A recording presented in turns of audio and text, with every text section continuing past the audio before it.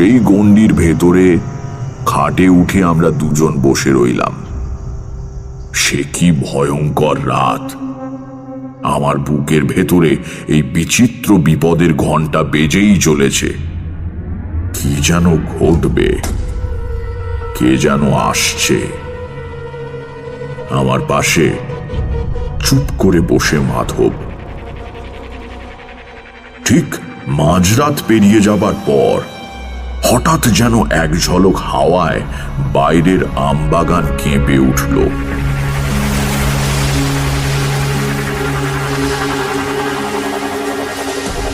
ঝড়ের সময় নয়, কিছুই নয়। হাওয়া এলো কোথা থেকে? ক্রমে সেই হাওয়া বেড়ে রীতিমতো ঝড়ে পরিণত হলো। সমস্ত আমবাগান যেন ভেঙে পড়বে। বাড়ির জানলা দরজা দড়াম দড়াম করে বন্ধ হতে আর খুলতে লাগলো।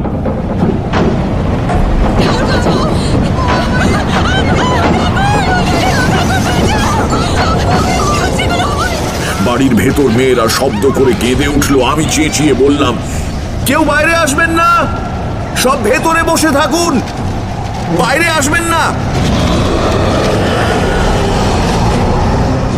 ঝড়ের শব্দের মধ্যে কার যেন বিভৎস হুঙ্কার। বিকৃত জান্তব গলায় কে যেন অমানসিক হুঙ্কার করছে। কে যেন ঝড়ের ছদ্মবেশে প্রাণপণ চেষ্টা করছে বাড়িতে ঢোকবার। বারবার অদৃশ্য কিসে বাধা পেয়ে সে ফিরে ফিরে যাচ্ছে। খানিকক্ষণ এরকম চলার পর হঠাৎ ঝড়টা যেন এক মুহূর্তে থেমে গেল।